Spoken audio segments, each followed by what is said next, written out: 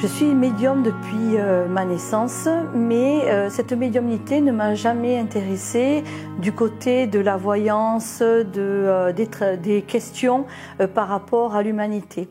En fait, ce don m'a toujours servi pour aller chercher les informations dans l'univers. Pour moi, l'univers, ça représente tout ce que nous sommes aujourd'hui, c'est le macrocosme, et l'humanité est une représentation en miniature d'un univers, le microcosme. Petit à petit, et j'ai bien conscience que le ciel m'aime énormément, car il m'a permis de rencontrer des connaissances sacrées, entre autres la connaissance des crânes de cristal.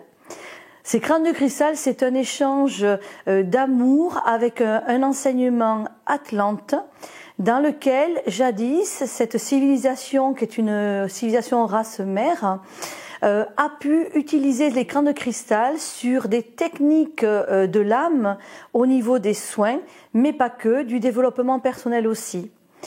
Aujourd'hui, j'ai rencontré cet enseignement qui s'est dévoilé par un crâne maître qui s'appelle le crâne El Shaddai. Et grâce à ce crâne, qui est un crâne contemporain au niveau cristal, mais qui contient toute la connaissance qui a été codifiée à travers divers voyages par un groupe qui s'appelle les Chakras Cristal, un groupe de 7 femmes dans lequel nous avons arpenté des pays, nous avons été guidés par ma médiumnité, des demandes célestes, qu'on se rende dans des lieux, et dans ces lieux nous avons été initiés par des êtres physiques, humains, mais de connaissances supérieures, aussi des rencontres célestes qu'on appelle des hiérarchies, des civilisations de lieux, dans lesquelles par la communication qui s'est établie, nous avons mémorisé et travaillé cet enseignement avec les crânes de cristal. Chacune de nous avons eu l'opportunité de posséder cet outil, puisque crâne de cristal va devenir un outil. Là, je vous présente le mien, mais c'est un cristal Aqua Aura, mais j'ai aussi le cristal de roche en outil personnel. Car El Shaddai, c'est un crâne de minéral lémurien, c'est-à-dire très ancien quand même. Et ce crâne a commencé à nous divulguer des informations, à nous initier, car le cristal est vivant. Il est sous une onde de forme que contient ce faciès, cette forme, cache une géométrie sacrée. La géométrie sacrée, c'est le langage de l'univers.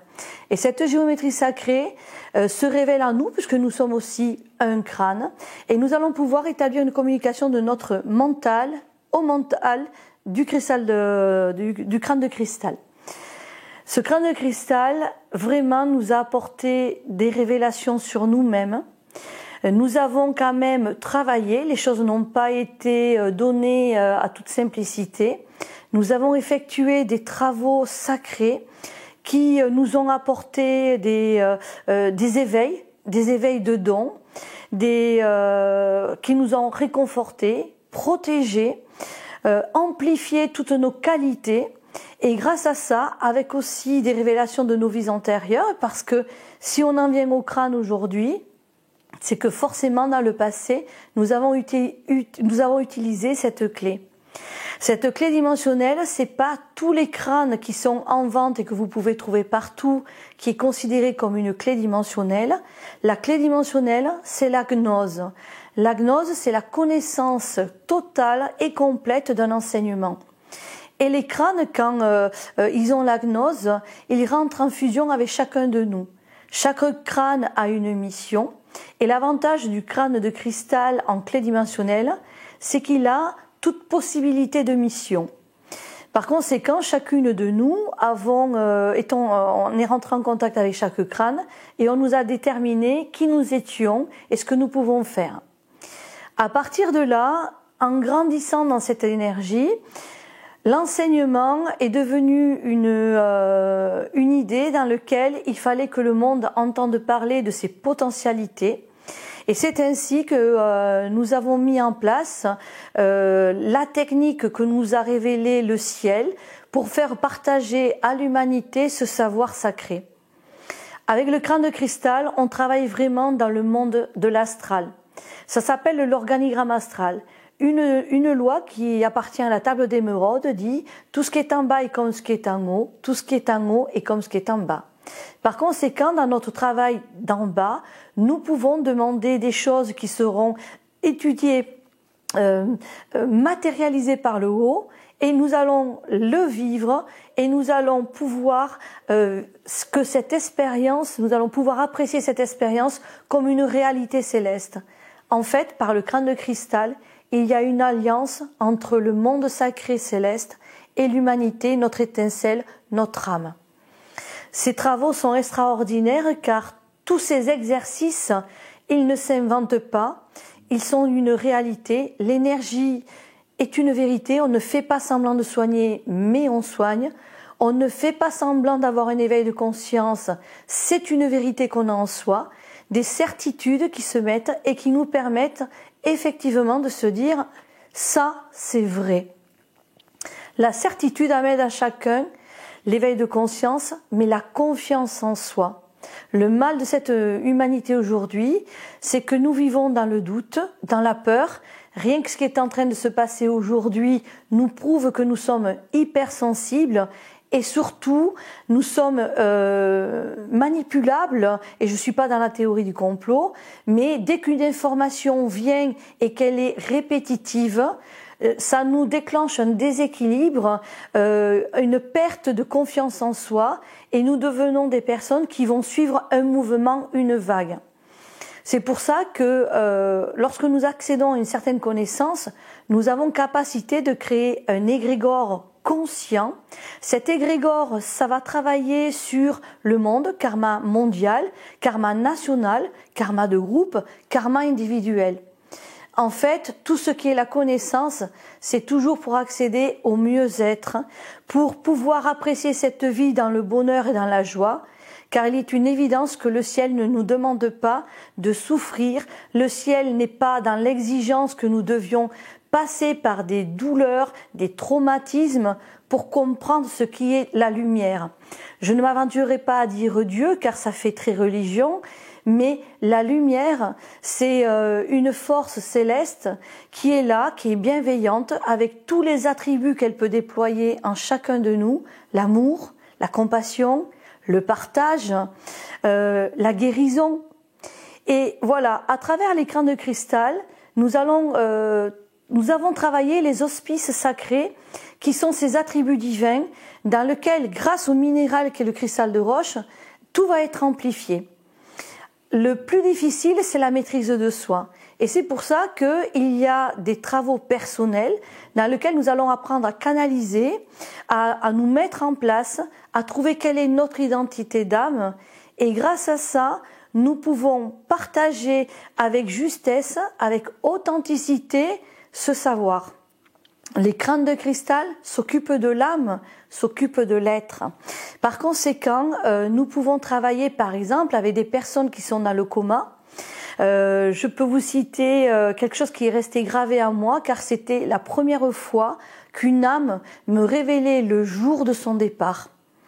La mort fait peur, c'est une loi qui est très compliquée, mais que dans la mort contient la réincarnation, le droit à l'âme de quitter son corps pour un délai, de pouvoir faire les voyages astraux, de pouvoir justement se dédoubler. Tout ça, c'est des options que l'âme a, et elle est toujours dans la loi de l'univers.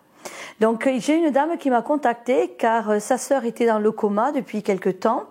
Et il y avait un thème qu'il devait prendre une décision pour amener cette dame dans le coma, soit dans une maison médicalisée, ou soit arrêter le processus respiratoire au niveau des machines.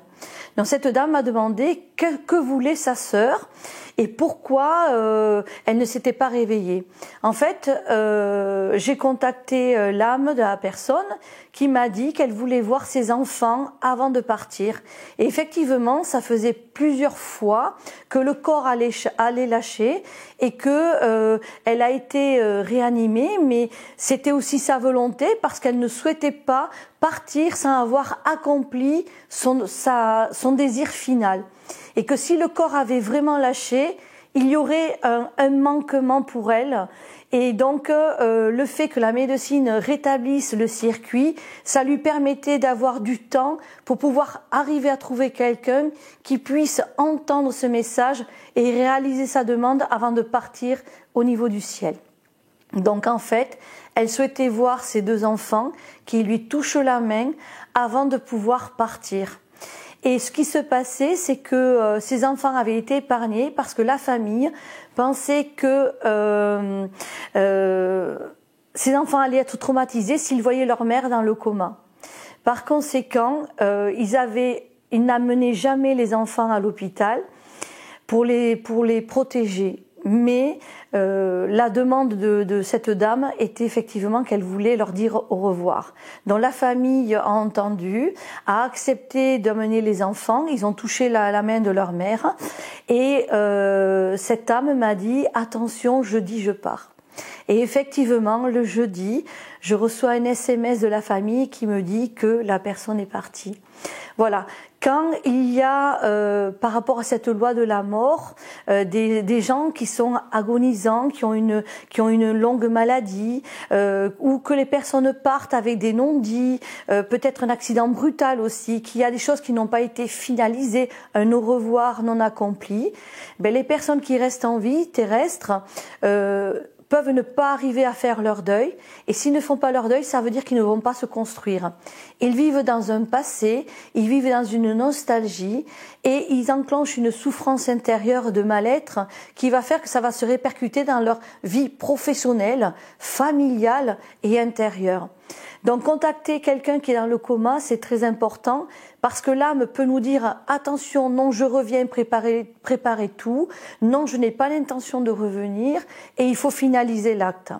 Voilà un des travaux que peut faire l'écran de cristal. Il y a une méthodologie, on ne se met pas en méditation et puis voilà. Il y a tout un travail bien spécifique qui fait que cette clé dimensionnelle établit la communication d'âme à âme. Dans les exercices aussi, on va travailler avec les maîtres ascensionnés car il est important que nous participions avec le ciel en alliance sacrée pour que l'humanité s'aide à elle-même, mais aussi que nous puissions avoir la foi que ces guides, que ces maîtres sont là aussi pour nous épauler dans des situations difficiles et ainsi le ciel et l'homme s'unissent. Donc l'écran de cristal, c'est aussi le voyage astral guidé par le crâne. Alors vous me direz, oui, j'ai pas de crâne et pourtant je fais des voyages astraux. Mais la différence, c'est qu'avec lui, il va mémoriser des choses que nous, on occulte. Et en même temps, c'est un décrypteur exceptionnel. Donc au moment où on a fait ce voyage astral, lorsqu'on rentre dans notre corps, il y a des choses que nous avons oubliées. Et puis même, nous n'avons peut-être pas tout compris. En travaillant avec le crâne, il va nous communiquer ces informations, il va les interpréter et bien souvent, il nous prépare à ce qui va se passer au niveau de notre vie, au niveau de notre destin. Donc la vie, lorsque c'est des jolis cadeaux, c'est des belles surprises, tout va bien. Mais lorsqu'il s'agit d'un événement karmique, un accident, un vol, quelque chose de lourd, on aurait peut-être apprécié de le savoir en avance. Peut-être on n'aurait pas pu l'éviter, mais au moins on aurait pu se préparer. L'impact émotionnel aurait été moins conséquent et on aurait passé avec brio cette épreuve. Avec les crânes de cristal, on développe toutes nos capacités. Il est évident que nous avons dans nos sens, dans le vu, le goût, l'odorat, l'ouïe, le toucher, l'intuition et l'intelligence active. Ce chakra 6, cette caméra, elle doit maintenant avoir la capacité d'être comme un rayon laser, de pouvoir voir les choses dans les gens. Alors non pas pour être intrusif, mais pour travailler les vibrations, pour travailler ce qu'on appelle les corps auriques, pour travailler en amont avant que se produise la maladie. Le système énergétique, cette machine, ce microcosme, a des alertes, a des symptômes, et nous pouvons lire ces symptômes pour pouvoir en amont, travailler le terrain avant que ça se déclare et que ça devienne quelque chose qui va nous pénaliser, nous barrer la route, créer des problèmes beaucoup plus conséquents que si nous étions si nous en avions tenu compte avant. Les crânes de cristal, c'est aussi ce qu'on appelle l'organigramme astral. Nous avons choix et le libre arbitre de pouvoir choisir des choses dans notre vie. Et nous allons le déclarer, nous allons le formuler. Et grâce au crâne de cristal, c'est comme si on écrivait notre livre de vie et on demande à notre âme d'en tenir compte. Évidemment, l'âme a prévu que ce corps vive des étapes, mais nous pouvons, entre guillemets, je dirais, négocier. Cette négoce se fera par l'éveil de conscience.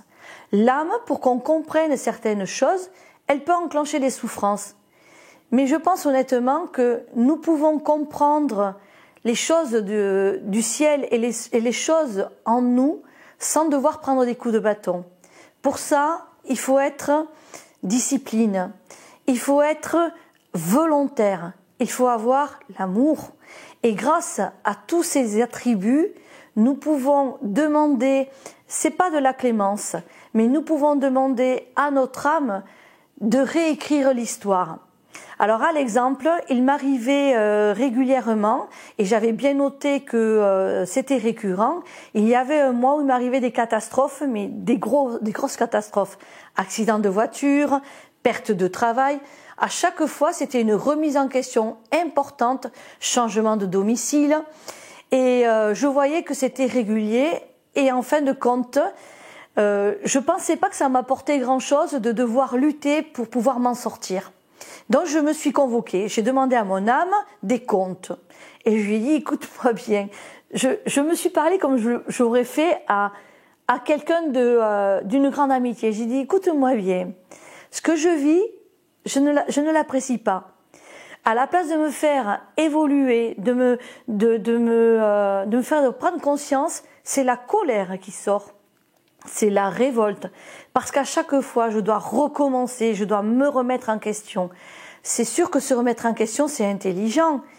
Mais il y a des manières de se remettre en question. Et là, c'était chaotique.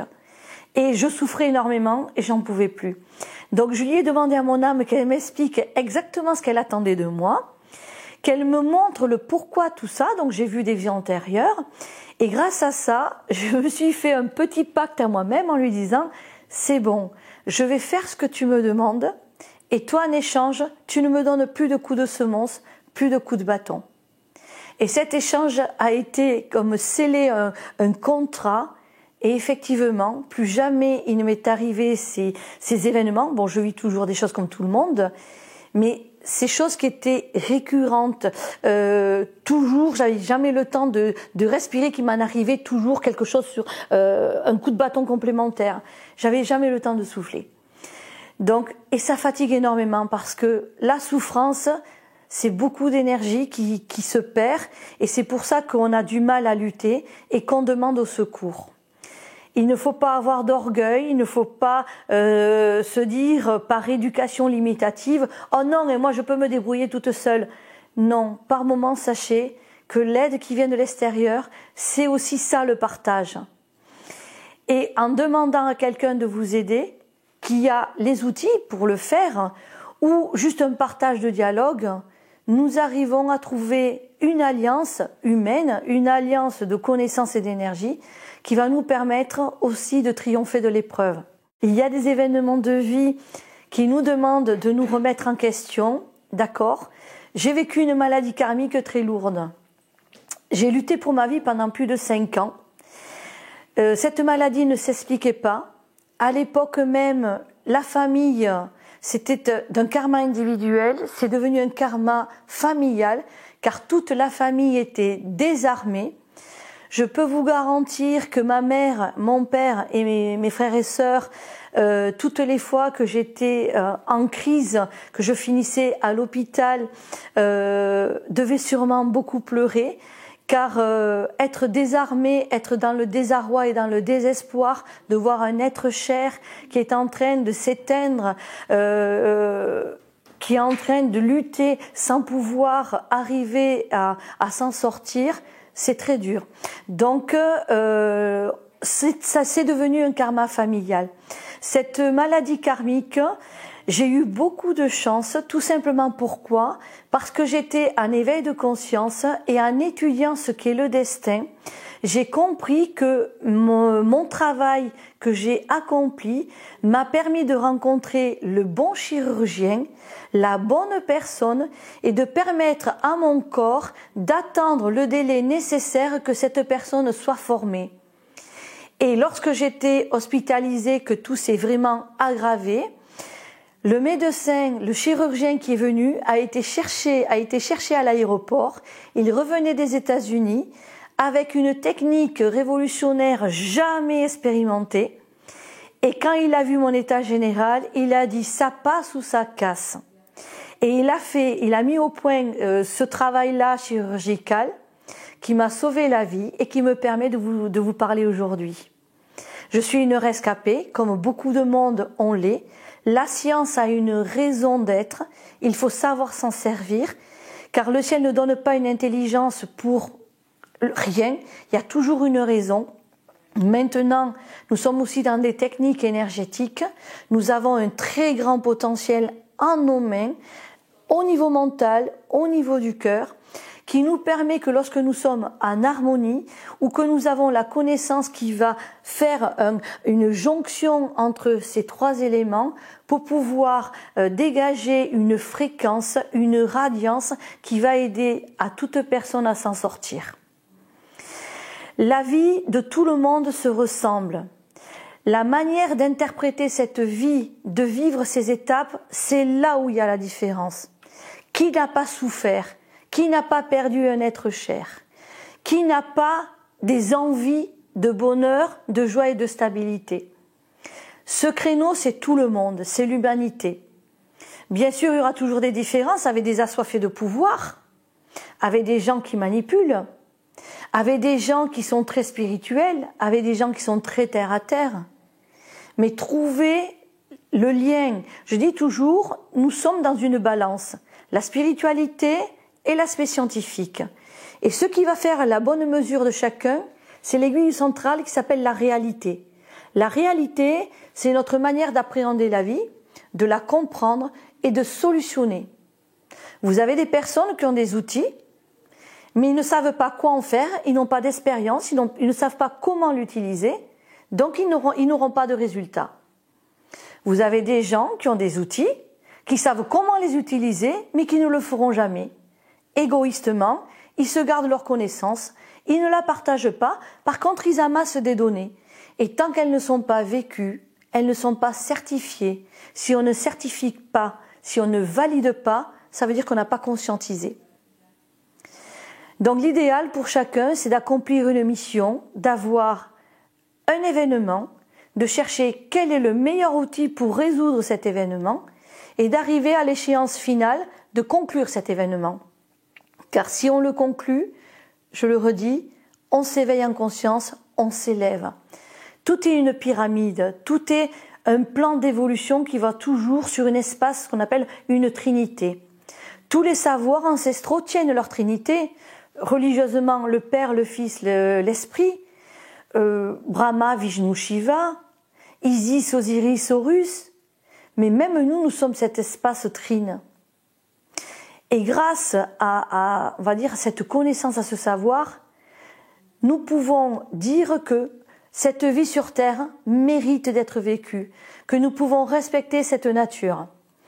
Je voudrais aussi profiter de ces explications pour vous dire que nous vivons un karma mondial et que dans l'aide que je peux vous proposer, l'écran de cristal, il a été canalisé une information importante, c'est ce qu'on appelle un code quantique, une série. Cette série consiste à réciter 21 fois au lever, au matin, cette série que je vous donne, S comme Sophie, 117 9000 313 8. Vous dites ça 21 fois. Et après, le soir, pareil, à nouveau, 21 fois, vous récitez cette série quantique.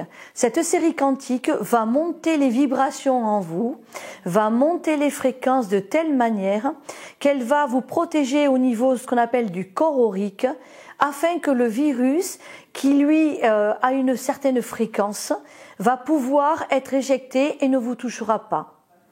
Donc nous pouvons nous aider à nous-mêmes, nous pouvons aider le monde, car avec l'écran de cristal, nous avons constitué un égrégore.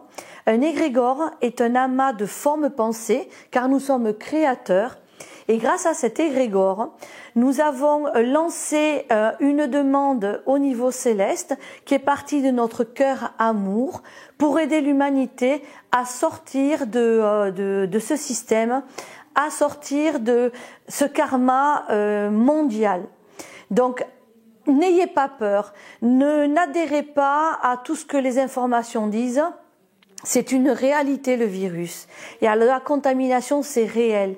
Mais si vous donnez à l'égrégore négatif, à ces peurs qui sont à nous, peur de mourir, peur d'être contaminé, vous alimentez le côté obscur et vous lui donnez de la puissance et de la force. Je crois fortement que la lumière, c'est la vraie radiance. Que c'est vrai que l'obscurité doit exister, car sans obscurité, on ne sait pas ce qu'est la lumière. Toutefois, nous savons très bien être négatifs en soi, alors que nous avons besoin maintenant d'émaner. Nous sommes en 5e dimension. Ce qui vit en nous s'appelle les énergies cristallines. Ces énergies, c'est du photon, c'est de la lumière lumineuse qui nous apporte maintenant toutes les capacités de pouvoir aller dans un temple qui s'appelle l'ascension. L'ascension, c'est retourner à la source originelle, celle que nous sommes, divin.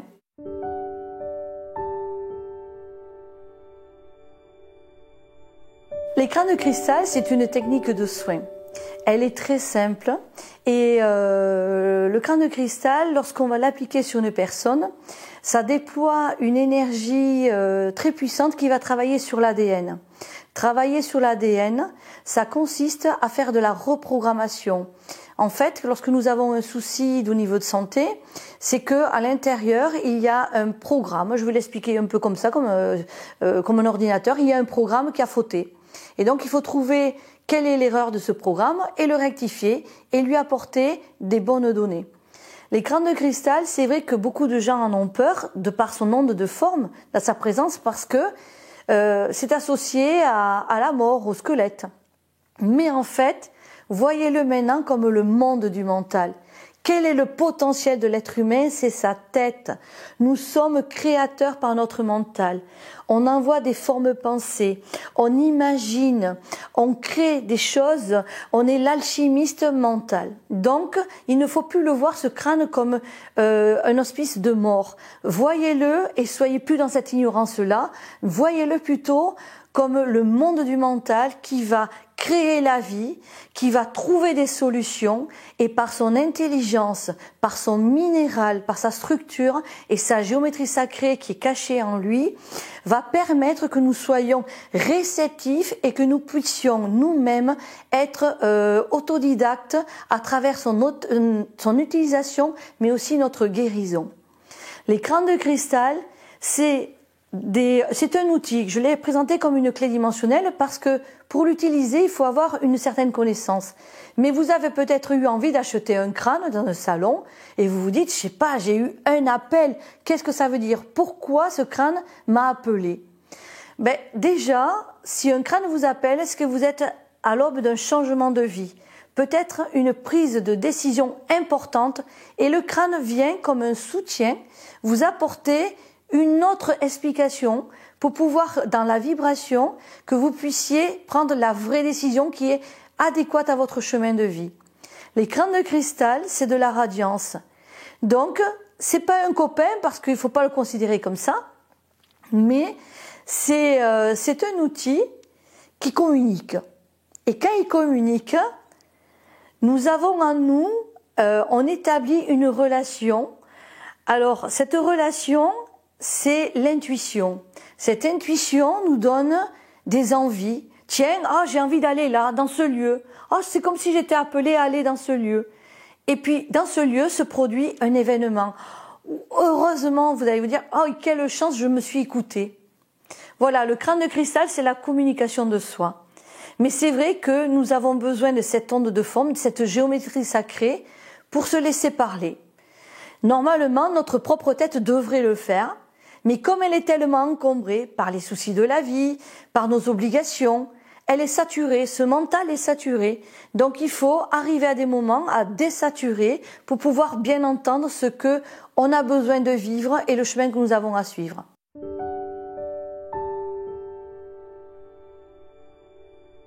Une séance avec les crânes de cristal, c'est très doux.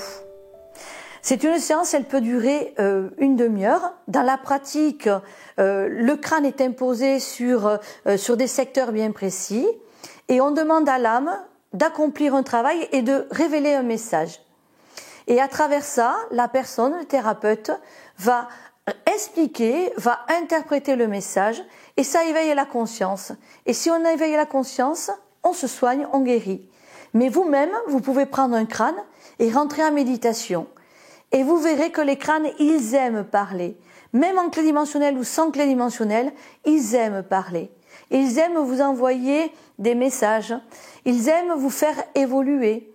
Et donc, au moment où vous êtes en méditation, d'un seul coup, une image vous apparaît, une intuition, une sensation. C'est ça l'énergie. L'énergie, c'est pouvoir avoir en soi des perceptions, ressentir du chaud, du froid, des picotements, mais aussi des images, des souvenances de notre passé, qui peut-être sont des blocages qu'il faut résoudre. On va peut-être pleurer, on va revivre une situation difficile, mais on peut retrouver aussi des événements superbes, magnifiques, qu'on avait occultés, mais qui aujourd'hui nous apportent la joie intérieure. Il faut aussi se nourrir de joie, de bonheur, car c'est ainsi, parce que sinon la vie, c'est toujours des moments difficiles. Non, la vie est aussi des moments extraordinaires. Quand on vit dans un lieu sacré, une rencontre physique, on a rencontré quelqu'un, j'ai rencontré quelqu'un, on m'a expliqué ça, un guide qui vous explique un lieu, qui connaît bien, qui vous montre quelque chose de sacré, qui vous dit, là je le montre jamais, mais regardez, ça c'est extraordinaire. Je ressens le besoin de vous l'indiquer. C'est un échange. Et donc le crâne de cristal, c'est du soin, c'est du développement personnel, c'est quelque chose que je suis persuadée que nous avons besoin dans cette vie d'aujourd'hui. Car comme je vous dis, on est sur des énergies cristallines. Le cristal, c'est ce que nous sommes. La glande apatite, c'est le chakra 6. Et nous sommes, la glande pinéale est constituée de cristaux d'apatite. Et nous sommes réceptifs au crâne de cristal et à l'énergie cristal grâce à ces cristaux d'apatite qui se nourrissent. La glande pinéale, on le sait, c'est du cristal qui se floute si on ne le nettoie pas. C'est comme une vitre. À force des intempéries, on n'arrive plus à voir à travers. Donc on prend un lave-glace et on nettoie, et là d'un seul coup, on y voit très bien.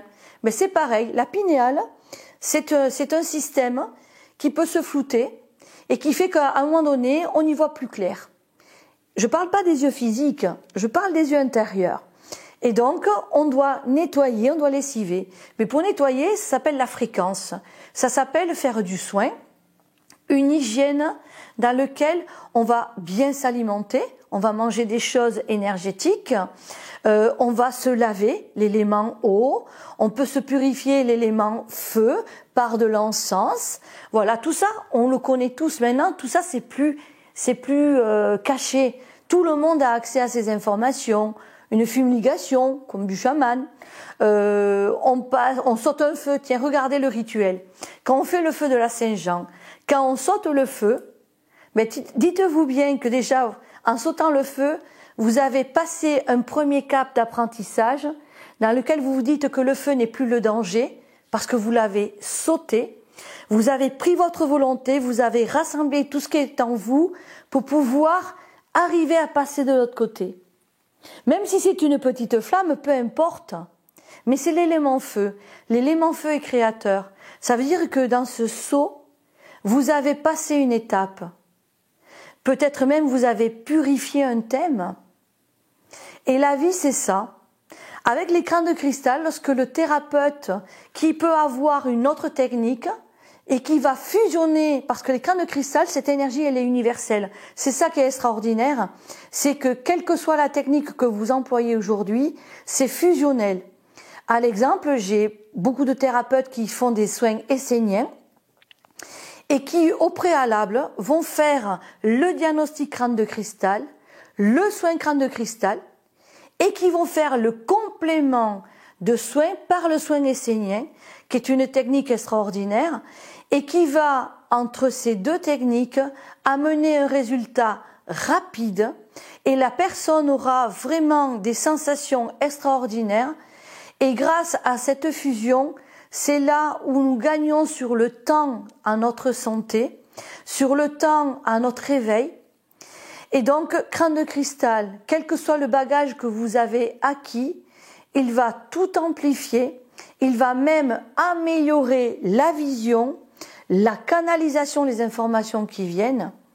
Et ce qui est important, c'est que la personne qui va être soignée, qui va recevoir cette énergie, va elle-même, et c'est pas une croyance, ah je crois en vous, etc., c'est pas à ce niveau-là, mais la personne qui va recevoir cette énergie, ça va la bouger, ça va la travailler. Et grâce à ça, elle va se dire, c'est bizarre ce que j'ai eu, oh j'ai jamais senti des choses pareilles. Ben déjà ça, c'est s'éveiller. Dans les crânes de cristal, c'est une méthode de soin qui travaille aussi à distance. Il n'y a pas forcément nécessité que la personne soit présente. Nous sommes aussi très efficaces à distance. Parce que l'astral, le crâne, même si l'astral est très encombré, le crâne va suivre son réseau cristallin et va tout de suite travailler sur la personne pour lui apporter l'énergie qui lui manque parce qu'une maladie est un déséquilibre, une perte énergétique. Il faut savoir aussi que sur des maladies dites lourdes, cancer, où il y a des gens qui font aussi des chimios, nous pouvons en amont aider ces personnes à se maintenir énergétiquement, à apporter une protection énergétique, vibratoire, qui permette que ces personnes, lorsqu'elles sont irradiées par la chimio, puissent mieux vivre cet état. Même, alors je mettrai entre guillemets parce que chaque corps va réagir différemment, ne pas perdre les cheveux, ne pas avoir les vomissements. Chaque personne va être très différente de comment ils vont absorber cette énergie. Mais quoi qu'il en soit, il y aura quelque chose qui sera toujours amélioré. Sur des maladies lourdes, quel que soit à quel moment on va intervenir, il y a solution. On n'est pas des prétentions en disant « je vais te guérir ». Ceci n'est pas dans notre parole. Mais je vais parler à ton âme et elle va me dire ce qu'elle veut, ce qu'elle attend et ce qui va se passer. Donc, en tout état de fait, la communication astrale est très importante. Et à travers le crâne de cristal, les techniques, j'ai aussi beaucoup d'ostéopathes qui viennent. Alors, en général, un ostéopathe, c'est cadré. C'est cadré, il n'y a pas de choses extraordinaires, c'est vraiment de la réalité physique. Mais beaucoup d'ostéopathes deviennent aussi des énergéticiens et ils viennent à apprendre les crânes de cristal car ils ont soif d'avoir cette parole, ce mot d'intuition qui va les aiguiller à argumenter. Bien que chaque os, chaque douleur a déjà une explication. Si on a mal au coude, bon, je dis ça comme ça, mais si on a mal au coude, ben ça veut dire que tu veux pas enclencher un mouvement, tu veux pas faire quelque chose. Ça te coûte, tu ne veux pas t'engager. Voilà. Ben maintenant, c'est les ostéopathes qu'on connaissait avant où tout devait se craquer, crac, crac, crac les nonos, c'est fini. Maintenant, les ostéopathes ont pris, suivent l'événement du siècle et donc se disent énergétiquement, j'ai besoin de comprendre ce qui se passe dans le corps et avoir aussi une explication autre que de l'aspect du mouvement.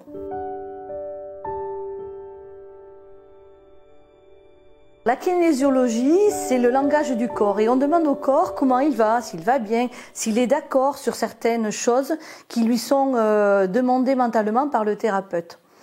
Donc l'écran de cristal, c'est le langage du corps, mais beaucoup plus poussé, à travers l'ADN, à travers ce que nous sommes aujourd'hui. Car nous sommes le fruit et le résultat des vies antérieures, de mémoires du passé, de notre vie du présent, et tout ça doit trouver un système harmonieux. Crâne de cristal, c'est aussi l'enseignement égyptien qui s'appelle chakra cristal. L'Égypte s'est très inquiétée de savoir ce qu'était l'âme, comment elle évoluait. Et donc nous avons des temples, encore d'actualité, qui nous révèlent ces savoirs et cet enseignement. Les crânes de cristal se retrouvent dans toute civilisation car c'est le potentiel de l'être humain. Mais avec ça, il faut apprendre à gérer son mental, à pouvoir réfléchir avec lucidité.